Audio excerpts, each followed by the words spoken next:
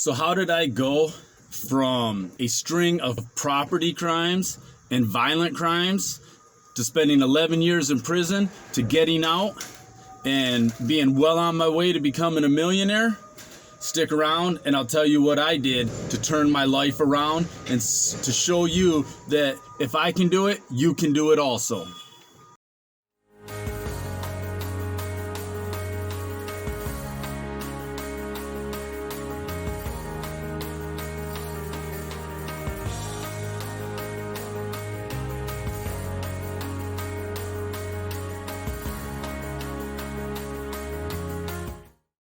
Hey, what's up everybody? This is Roy and welcome to my channel, 40 and Broke, where we're all about getting out of debt, saving, investing, and getting our finances under control so we can live the life we've always dreamed of. Because that's what it's all about, living the life we've always dreamed of.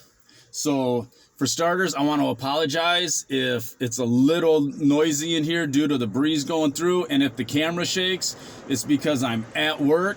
They're loading up my truck right now, and I figured I'd use this time to make a video. Come on here and kill two birds with one stone.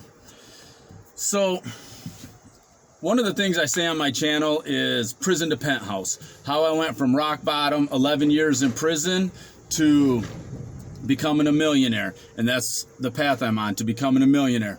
So, a lot of people have told me that they find my story intriguing, that they find it inspirational, and I don't know, I guess I find that difficult sometimes. Hey, I mean, that's what I'm on here for, to try to inspire other people to, say, hey, my life, it may be bad, but if this guy can do it, I can do it also, to let you know that you can overcome anything that happens in your life as long as you put your mind to it. So, like I said, I find it difficult sometimes that people find my story inspiring because, hey, I just did it. You have no choice when they throw you in prison. You have no choice but to stay there. But I've had a lot of people that was like, oh man, you need to tell your story. You need to do X, Y, and Z. So here I am. Right around 16, 17, a good friend of mine passed away, died in a car accident. And basically I was young and I see my mortality and I was like, hey, you only live once. I could die tomorrow. So I'm going to do what I want when I want. And I don't care about the consequences, whatever. Basically, we did a lot of dumb stuff. So, I mean, I was breaking into 2, 3, 4 houses a day, 5 days a week, It all culminated in an armed robbery. So, whole bunch of home invasions, B&Es, and an armed robbery. So basically, I ended up going to prison when I was, 18 years old. It was 97. March of 97, I was talking to my brother on the phone. Detective calls me up. Says, hey, I want to talk to you. I'm like, all right, well, it's going to be a little while. I'm talking to my brother. And he's like, well, I think this is a little more important. And I was like, well, I disagree. It's my brother's birthday. I'm talking to him. So I believe that's a little more important than what you have to say to me. And so basically, him and I started off on the wrong foot. But yeah, I mean, I was a bit of a smart ass. Even during the interrogation, I was a smart ass the whole time. But anyways, so while I was in the county jail, I was like, this sucks. I have no urge to go to prison. I don't want to go to prison. And there was an opportunity for us. Well, we created an opportunity to escape. So we used a pair of nail clippers. There's a drop ceiling. It had a little access hatch so you could get up in there and do any repairs or anything to, up in the ceiling. So we used a pair of nail clippers, unscrewed that hatch, climbed up in there, ventilation duct right to the outside building, and we tore that ventilation duct off, slid out the building, took off. Stupid, very stupid on my part. I mean, in retrospect, quite dumb. I was caught pretty quick. Within a few hours, I was the first, maybe second person caught, but I'm thinking I was the first person caught. I was maybe 3-4 miles from the jail, I guess, when I got caught, you know, down a side road and stuff. So, but I mean, right off the bat, I was like, this was dumb. Why did I do this? So anyways, that did not make the judge happy. So he turned around and gave me a 4 to 8 with a third habitual, which basically what that means is I had to do a minimum of 4 years or a maximum of 8 years, third habitual, which took away a lot of my good time. And Michigan doesn't have much for good time. They have disciplinary credits at the time they did, but so it took away a lot of them, and I only got a very small percentage of that. So I had 6 years to 20 years for the home invasions and the armed robbery. 2 years flat, which means I had to do a flat 2 years. There was no good time on that, so I did 2 years for, it was called felony firearm, using a firearm during the commission of a felony. So that was 6 plus 2 for the gun, or 6 for the armed robbery, home invasions, 2 for the gun, so there's 8 years, and then the 4 to 8 for the escape. So right there, 12 years. Boom. And with all my disciplinary credits, I did 11 years and a couple months. So, like I said, 97, I think it was March of 97, I went to the county jail. It was, once I escaped, they really fast-tracked my sentencing. So they were upset, to say the least. I think I walked into prison July 1st, 1997. I was at quarantine. So that was a bit of a shock. You know, I was 18 years old, used to being able to do whatever I want. And then now I'm let in and out of a room. You know, basically you're grounded to your room and you're let in and out when somebody wants to let you in and out. So did 30 days in what they call quarantine, and that's where you go, you get all your shots, you do all that stuff, you go through some like orientation stuff. And I remember when I was in there was an officer that was like looking at my paperwork. He's like, see, you like to climb fences, you know? And I was like, you know, yeah, I guess. He's like, you see those gun towers out there? He said, don't climb these ones. They'll shoot you and then ask questions later. And I was like, point taken. So,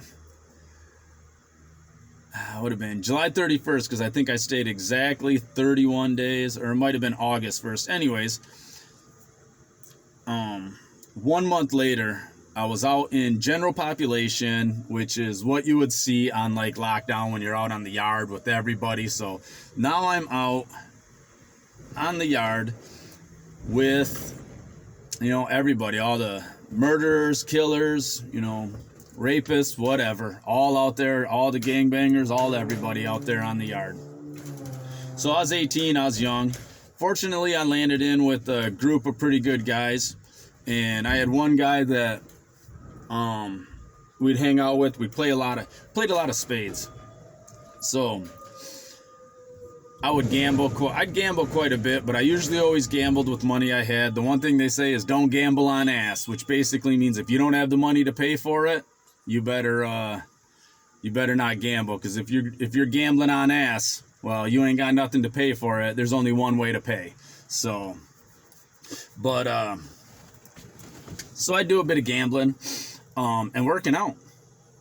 Well, I hung out with a few people. I was at Riverside Correctional Facility, which is a gravy facility. Which, what they mean by a gravy facility is there was hardly any violence. You know, it wasn't like no gladiator school, nothing like that. So it was a pretty gravy joint. Now, right before I rode out, there was a lot of gang activity. They rode in a bunch of people that were mess ups. And that's saying it nicely. They're all gangbangers, and they were all rival gangs. Rode them into the joint and then wondered why all kinds of stuff was popping off.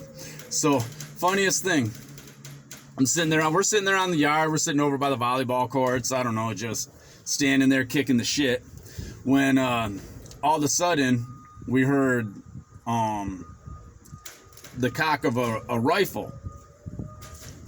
And officers start yelling at us, get down, get down. So we all hit the ground, laid out.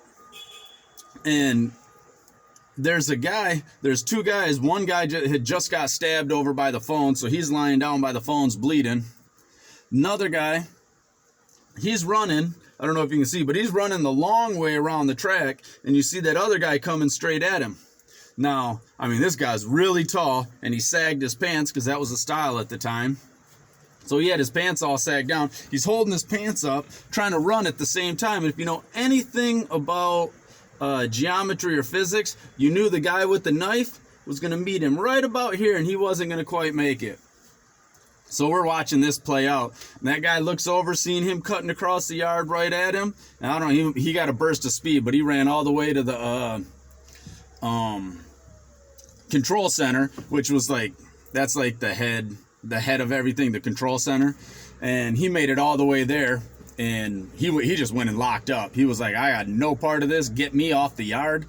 I don't want to be stabbed. So other dudes stopped chasing him. Next thing you know, the cops got him surrounded, and he's got that knife. I mean, he's got a sticker. That thing was big. And they're like, put it down, and he's just faced off. And then finally somebody just put in the radio, they're like, just shoot him. And boop, he dropped that knife, went right down to the ground. But man, that was some crazy stuff. But anyways, so a little bit after that, they shipped me up to Marquette, which was a level 5 maximum security prison. So that's kind of like a giant bird cage, which if you watch prison movies, you got the individual cells like Escape from Alcatraz, with Clint Eastwood, individual cells with the bars in the front and they slide open and slide shut. That's what that place was like. So, giant bird cage. Now, I got sent there.